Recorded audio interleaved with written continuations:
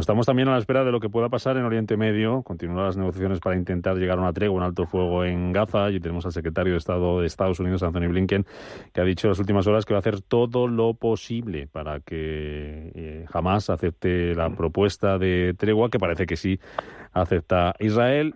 Hamás de momento la califica mal, la califica de golpe de Estado y rechaza esa propuesta de negociación. Quiero saludar a Luciano Zácara, que es profesor investigador del Centro de Estudios del Golfo de Qatar University. Profesor Zácara, ¿qué tal? Muy buenos días. ¿Qué tal? Buenos días, ¿qué tal? ¿Cómo están las cosas ahora mismo? ¿Es posible o no es posible llegar a un alto fuego en Gaza? ¿Cómo se ve sobre el terreno?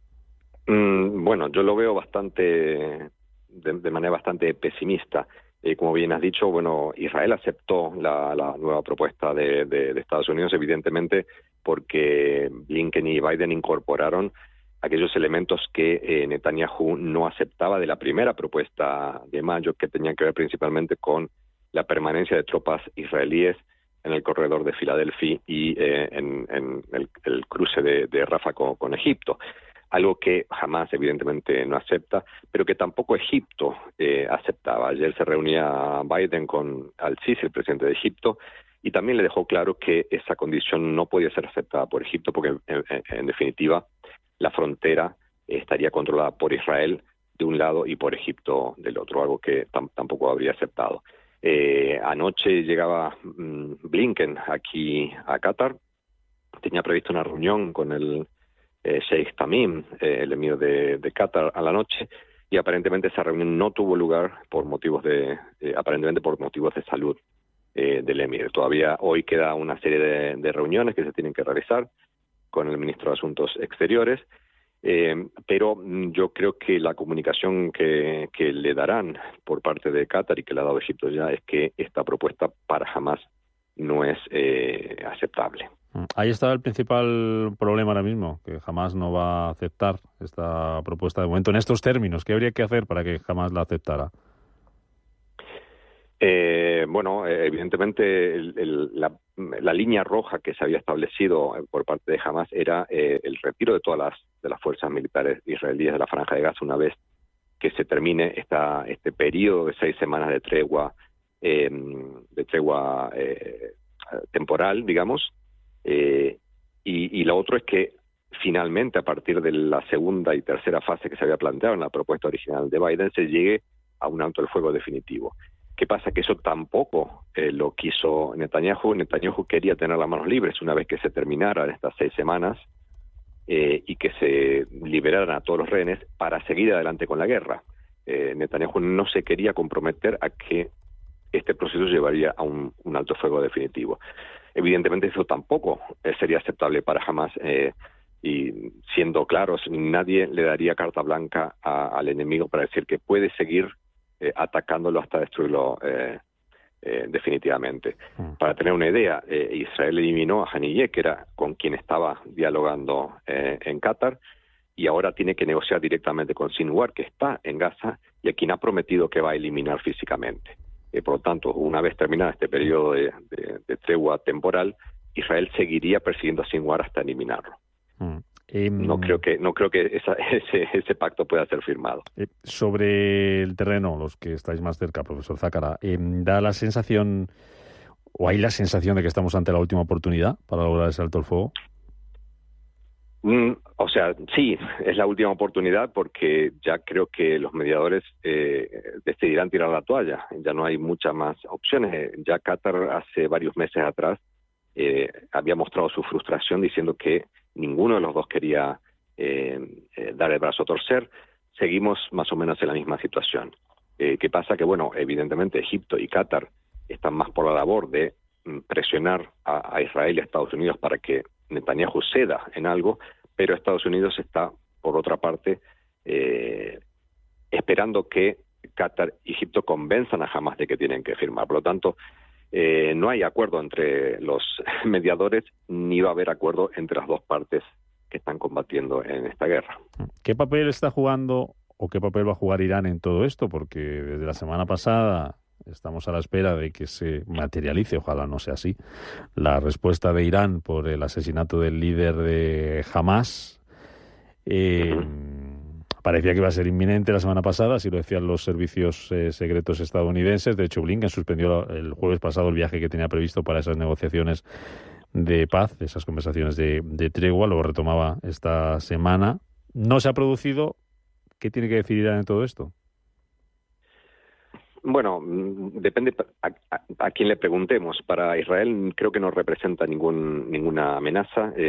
Israel, después de la represalia iraní con más de 300 misiles y drones de abril, a Israel no le tembló la mano para eliminar a los dirigentes de Hezbollah y de Hamas, uno de ellos en la capital de Teherán. Por lo tanto, o no le preocupa la represalia iraní, o en todo caso está buscando una represalia iraní justamente para justificar que Israel y por ende quizás Estados Unidos también intervengan en una confrontación más directa con Irán. ¿Qué pasa? Que Estados Unidos no lo quiere. Estados Unidos ha dejado muy claro que va a defender a Israel, pero no quiere involucrarse en ningún tipo de actividad agresiva, directa contra Irán. Y ningún país de la región tampoco quiere una escalada de la violencia, sobre todo el Líbano, que está sufriendo las vicisitudes de esta confrontación en el sur, en donde ha habido centenares de muertos pero no se saben mucho, no hay mucha publicidad acerca de la cantidad de muertos que ha habido en el sur del Líbano, cuando la mayoría del intercambio de artillería entre Hezbollah e Israel ha salido de Israel hasta el sur del Líbano. Pero evidentemente esto está siendo una batalla entre Hezbollah e Israel, y el gobierno del Líbano está tratando de evitar que Hezbollah arrastre a todo el país a una guerra como lo hubo en el 2006. Por lo tanto, bueno, nadie quiere, pero todo el mundo está, desde el punto de vista discursivo, preparado para entrar en una contienda más grande. Tengo escuchando a José Ramón Álvarez, a Inmaculada Sánchez Ramos, que no sé si alguno de los dos, profesor Álvarez, Inmaculada, es hacerle alguna pregunta a Luciano Zácar, nuestro entrevistado de hoy. Bueno, yo me gustaría preguntarle que da la sensación de que hablamos de entes que no existen. Por ejemplo, el Líbano como país. O sea, el Líbano quien manda allí es Hezbollah. Y también da la sensación de que Irán se lava las manos cuando le parece y manda a la franquicia. No, esto es una cosa de Hamas, no, esto es una cosa de Hezbollah o de los hutíes, yo no tengo nada que ver. ¿Es así o estoy yo imaginándome algo que no es así? Bueno, en parte sí.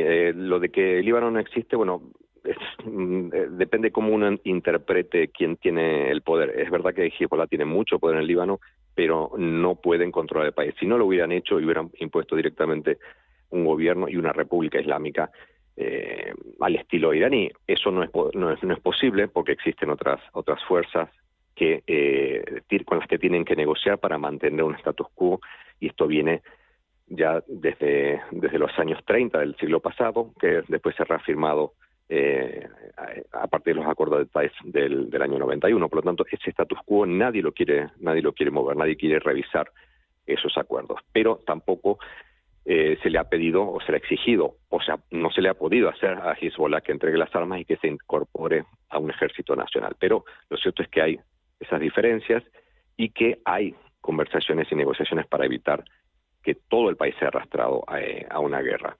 La otra pregunta que me habías hecho, perdón, que se me ha ido la segunda parte de la pregunta. Que Irán se lava las manos. Yo creo que Irán no pretende conquistar terreno. O sea, no. Evidentemente Irán viene bien, se lava las manos. Sí, Irán evidentemente tiene una política o una expectativa, una pretensión de convertirse en una potencia regional desde la época del Shah, y eso lo ha mantenido a lo largo de toda la historia republicana, y a partir de esa aspiración regional, las relaciones que tiene con los aliados o con grupos estatales y no estatales ha hecho que a veces presione más, a veces presione menos, y a veces, como bien has dicho, no que se lave las manos, pero tratar de negar que tenga algo que ver con algún tipo de ataque. Esto no es Irán el único que lo hace. Si vemos lo que pasó con el asesinato de Haniyeh y de uno de los líderes de Hezbollah, Israel reivindicó el ataque en el Líbano, pero no reivindicó el ataque en Irán. Esto se ha repetido durante la mayoría de las veces. O sea, Israel ha atacado más de 40 o 50 veces dentro del territorio iraní, eliminando científicos nucleares, atacando alguna instalación, de distintos tipos de instalaciones, incluso nucleares, iraníes, pero jamás reivindicó esos ataques. ¿Para qué? Para evitar que exista un antecedente y que puedan llevarse a cabo sanciones internacionales. Lo que pasa que, bueno, que cuando Irán lo hace, siempre saltan las alarmas, pero cuando Israel lo hace, no le preocupa a mucha gente. Sobre todo desde el punto de vista de las posturas de los países occidentales, que sí dan por sentado que Irán ha hecho determinada cosa, pero no dan por sentado que Israel las ha hecho. Inmaculada, ¿quieres algo para Luciano Zácara? Sí, simple y llanamente, buenos días. Simple y llanamente, yo conforme estaba oyendo la conversación, el tema del uso de los escudos humanos. Porque nosotros aquí viendo las personas que no somos muy expertas viendo la televisión, ves eso, barbaridades por todos los lados.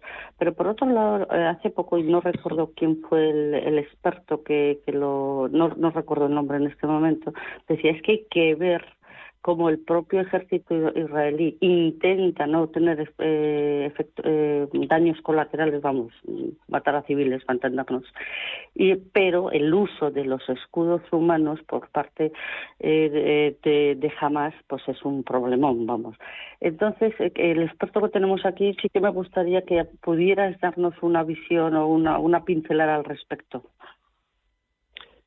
Evidentemente en el contexto de guerrilla urbana en el que se ha desenvuelto Hamás toda su existencia, ha hecho que siempre esté involucrada la población civil. Eso, evidentemente, cuando se inicia una guerra de este estilo, es muy difícil que se realicen combates callejeros sin que perezcan civiles. Lo que pasa es que, por otra parte, existen, o la estrategia, los mecanismos utilizados por Israel distan mucho de ser quirúrgicos, como se ha dicho en muchas ocasiones, y los números demuestran que en la mayoría de las veces que se ha intentado eliminar a un miembro de Hamás, la cantidad de daños colaterales han sido inmensamente superior a los de cualquier otro conflicto, a pesar de que Israel dice lo contrario y que dice solamente que es la relación muerto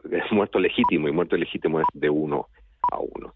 Si uno ve los números, aparte de la gente que ha muerto en Gaza, la cantidad de mayores adultos, adultos hombres, es más o menos la cantidad que Israel dice que son los miembros de Hamás muertos. Quiere decir que, descontando a los niños y descontando a las mujeres, todos los hombres adultos muertos son para Israel legítimos blancos que hayan eliminado. Y es muy difícil también de contabilizar eso. Aparte de que Israel también dice que muchos de los que son legalmente considerados como niños, es decir, menores de 18 años, también son considerados terroristas.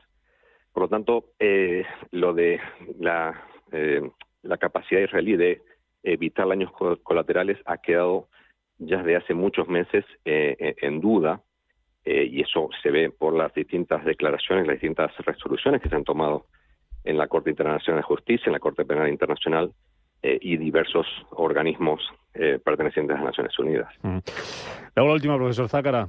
Precio del petróleo, el que estábamos muy pendientes, esperando acontecimientos, ¿no? Sí, bueno, es verdad que el precio del petróleo siempre ha sido afectado por las vicisitudes militares en la región. Lo que pasa es que si vemos qué ha pasado desde el inicio del conflicto, muy pocas veces la tensión que se ha generado alrededor de este conflicto ha generado una subida. El precio del petróleo estaba casi más de 90 justo una semana antes de los ataques de Hamás del 7 de octubre, y esa semana precisamente había empezado a bajar. Esa tendencia se mantuvo casi llega hasta los 60 y pico de dólares. No recuerdo bien si hubo algún pico en el medio. El precio del petróleo volvió a subir por cerca de los 80 y pico, 85, 88, si no mal no recuerdo, justo unos días antes también del asesinato de Haniyeh en Irán. Y a pesar de que ha habido un ataque y una represalia iraní contra Israel en abril, tampoco esto afectó demasiado el precio del petróleo. Digo, no ha afectado desde el punto de vista alcista, no ha hecho que los precios del petróleo subieran. Por lo tanto, yo no entiendo mucho de este tipo de cuestiones, pero lo que veo es que en realidad las preocupaciones de los mercados de petróleo no se han visto incrementadas por lo que está pasando en la región. Es verdad que si Irán entra en un conflicto directo, por lo menos en lo que ha pasado esta última semana, se ha demostrado que sí, se están preocupando y está subiendo un poco el precio del petróleo por lo que pueda llegar a pasar si Irán entra en el conflicto y evidentemente queda fuera del mercado de petróleo. Pero tras la represalia del 13 de abril iraní con 300 misiles que hacía prever que iba a haber una respuesta también por parte de Israel o de Estados Unidos, eso no hizo que el precio del petróleo se viera afectado. Por lo tanto, yo creo que si bien ha habido una tendencia alcista en la última semana, creo que no está tan relacionada con la tensión que hay en la región, y eso lo veremos en los próximos días, si es que tengo razón o no, pero creo que va a haber otros elementos que influyan, que tienen que ver con la reducción de la actividad en China, que es la que está generando o que ha generado en el pasado una baja del precio del petróleo. Leía por aquí esta mañana un informe de Reuters sobre que la caída del precio del petróleo también se debe hoy, entre otros asuntos, a la estimación, las expectativas de que van a aumentar los inventarios de petróleo en Estados Unidos. Luciano Zácara, profesor investigador del Centro de Estudios del Golfo de Qatar University. Gracias por acompañarnos esta mañana aquí en Radio Intereconomía, contándonos las claves, cómo está la situación sobre el terreno con esas negociaciones abiertas y en marcha para ver si es posible alcanzar un alto el fuego en Gaza. Gracias, profesor Zácara. Hasta otra. Gracias a ustedes. Hasta la próxima.